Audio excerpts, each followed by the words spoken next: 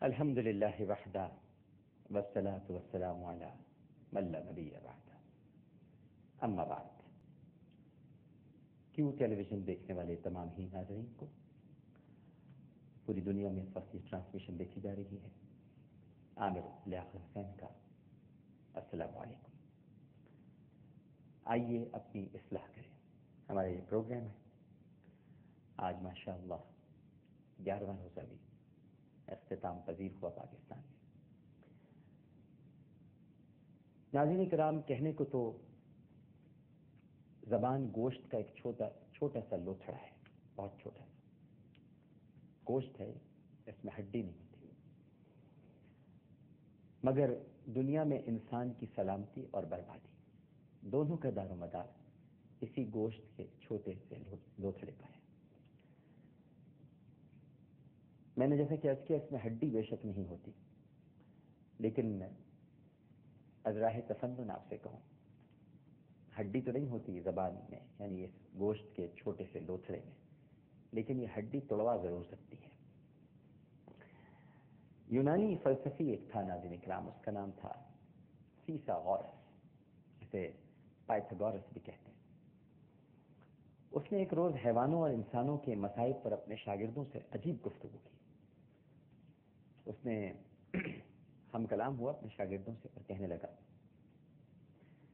کہ چونکہ حیوانوں کو زبان نہیں دی گئی، اس لیے وہ اپنا دکھ بیان کرنے سے قاصر رہتے ہیں، اور یہ اپنا دکھ کسی کو نہیں بتا سکتے، کس تکلیف میں مبتلا ہیں، کس درد کا شکار ہیں، اور اپنی بے زبانی کی وجہ سے اکثر مصیبتوں میں مبتلا رہتے ہیں۔ شاگردوں میں سے ایک نے دبے دبے لفظوں میں کہا کہ حضرت یہ تو بتائیے کہ انسان تو زبان رکھتا ہے، پھر وہ کیوں مشکلات کا شکار رہتا ہے؟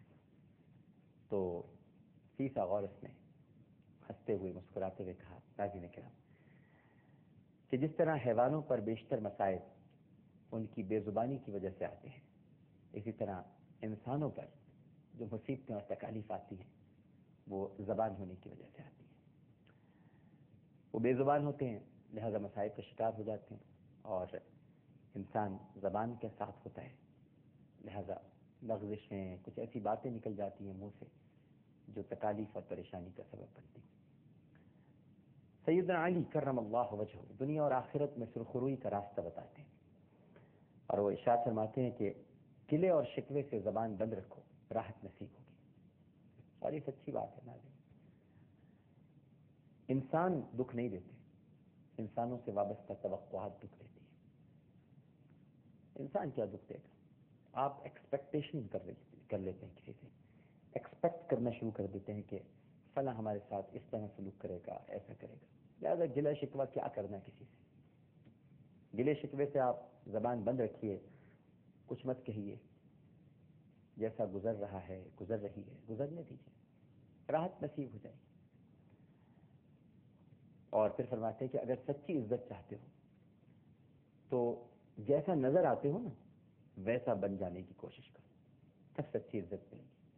ہمارے یہاں لوگ شکایت کرتے ہیں ناظرین کرام کہ ہماری عزت میں کمی آ گئی، ہمارے وقار کو ٹھیس پہنچی، ہماری تکریم نہیں کی گئی، ہمارے ادب میں کمی کر دی گئی۔ لیکن وہ یہ نہیں سوچتے کہ یہ سب کچھ کیوں ہوتا ہے، کیونکہ ہم جیسے نظر آتے ہیں ویسے ہیں نہیں۔ اور سچی عزت اسی وقت ملتی ہے کہ انسان وہ ہو جائے جیسا وہ ہے، وہ نہ ہو جیسا وہ بننے کی کوشش کرتا ہے۔ یہ بڑی سیدھی سی بات ہے۔ اور پھر فرمایا کہ پرہیز کرو، پرہیز نفع دیتا ہے۔ پرہیز، اب آپ سوچتے ہوں گے کہ یہ کون سا پرہیز ہے؟ ہر طرح کا پرہیز۔ آپ یہ روزہ رکھتے ہیں، یہ کیا ہے؟ پرہیز ہے۔ کھانے پینے سے پرہیز، کسی پر بری نگاہ ڈالنے سے پرہیز، آنکھ کا بھی روزہ ہوتا ہے، زبان کا بھی روزہ ہوتا ہے، بری بات کہنے سے پرہیز، کہیں غلط جگہ جانے سے پرہیز، قدم اپنے غلط جگہ مت لے جاؤ، کسی برے کام میں ہاتھ ڈالنے سے پرہیز، ہاتھوں کو سنبھال کے رکھو،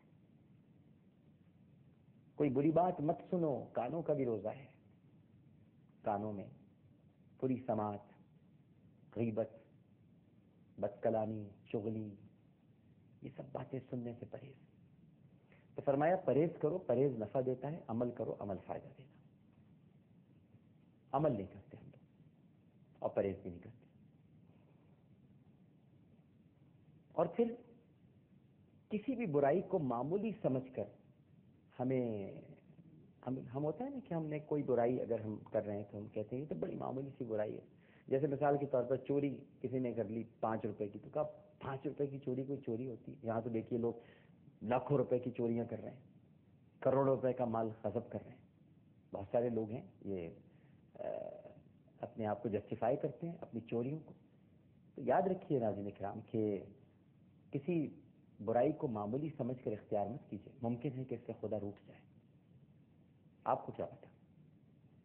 آپ سمجھتے ہیں کہ ہم یہ چھوٹی موٹی چوری کر لیں گے، یا چلیے چھوٹی برائی کر لی ہم نے، کسی کی پیٹھ پیچھے برائی کی، ارے بس کیا کریں جی، وہ بھی تو کرتے ہیں پیٹھ پیچھے ہماری، اگر ہم نے تھوڑی سی کر لی تو کیا ہوا. اب یہ ہم نے جو تھوڑی سی کر لی، ہمیں کیا پتا کہ پروردگار کی نگاہ میں یہ کتنا برا، قبیح اور مکروہ عمل ہے، اور اللہ سبحانہ و تعالیٰ اس سے ناراض ہو جائے گا. پھر فرمایا کہ حضرت علی کرم اللہ وجہ نے کہ موت کو ہمیشہ یاد رکھو مگر موت کی آرزو مت کرو. لیکن افسوس، ہائے افسوس کہ یہاں اگر ذرا سی کسی پہ تکلیف آتی ہے تو وہ سب سے پہلے ہاتھ بلند کر کے یہی کہتا ہے، اے اللہ مجھے موت دے دے، معاذ اللہ معاذ اللہ. اے اللہ مجھے موت دے دے، میں کہاں پھنس گیا، میں کن تکالیف میں مبتلا ہو گیا، میں کن حالات کا شکار ہو گیا، میں کس گرداب میں پھنس گیا. اے اللہ مجھے موت دے دے، اے اللہ مجھے موت دے دے. کتنی بری بات ہے.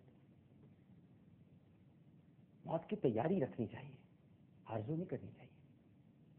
تیاری کیا ہوتی ہے؟ تیاری آپ کے اعمال ہیں. یہ حدیث پاک سے سبھی نے سنی ہے. کسی صحابی نے نبی کریم صلی اللہ علیہ وآلہ وسلم سے پوچھا، مفہوم ہے پورا واقعہ ہے یہ، کہ آپ نماز پڑھا رہے تھے، کسی نے اس دوران سوال کیا کہ قیامت کب آئے گی؟ آپ نے جواب نہیں دیا. آپ نماز پڑھا چکے تو پھر آپ نے پوچھا وہ کہاں گئے وہ صاحب جو پوچھ رہے تھے قیامت کب آئے گی؟ جب انہیں بلایا گیا تو آپ نے دریا فرمایا، یہ بتاؤ تم نے کچھ اس دن کے لیے تیاری کر رکھی؟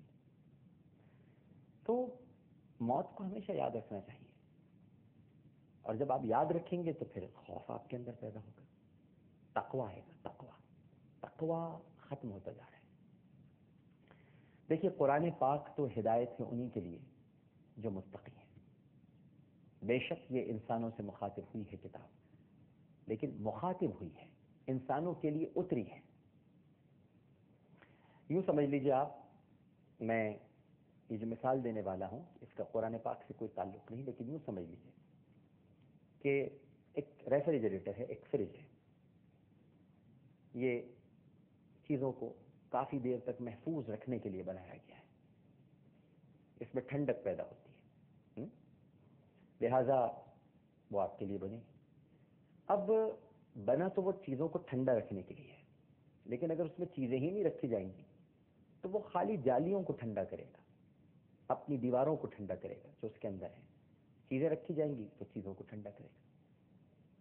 تو ہمارے ساتھ بھی معاملہ ایسا ہی ہے. قرآن بالکل انسانوں کے لیے اترا ہے، لیکن اس سے ٹھنڈک جو ہے وہ متقی کو ملتی ہے، متقین کو ٹھنڈک ملتی ہے، کیونکہ وہ اپنے سارے اعمال قرآن کے مطابق ادا کرتے ہیں. خطاب انسانوں سے، جو ہمارے ہاں کچھ متجدد کہتے ہیں یہ تو انسان کے لیے کتاب ہے، اس میں کیا آپ خاص بات کرتے ہیں کہ اس کی تفسیر کے لیے اور اس کی یعنی تعبیر کے لیے، اس کی تشریح کے لیے کیوں احادیث کی طرف جائیں؟ ارے بھائی کیوں نہ جائیں احادیث کی طرف؟ یقیناً انسان کے لیے موضوع قرآن کا انسان ہے، لیکن اس میں ہدایت تو متقیوں کے لیے ہے.